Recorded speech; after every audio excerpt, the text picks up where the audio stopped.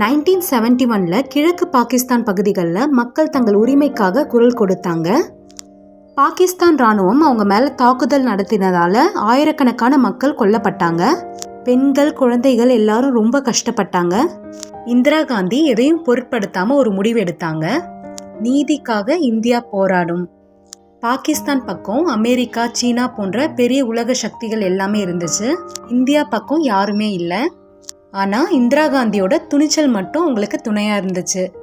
இந்திரா காந்தி நீதிக்காக நம்ம போராடணும்னு சொல்லி இந்திய இராணுவத்தை களமிறக்குனாங்க.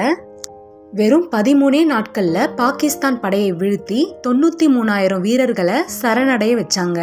இதனால் 1971 டிசம்பர் 16 அன்னைக்கு பங்களாதேஷ் அதிகாரப்பூர்வமாக ஒரு புதிய நாடாக அறிவிக்கப்பட்டுச்சு. இந்த வெற்றி இந்திரா காந்தியை உலக அளவில் ஆற்றல் மிக்க தலைவராக உயர்த்துச்சு. ஒரு பெண்ணின் முடிவு ஒரு தேசத்தின் விடுதலை. ஒரு பெண் தலைமை என்பது பலவீனம் அல்ல, அது ஒரு தேசத்தை உருவாக்கும் சக்தி.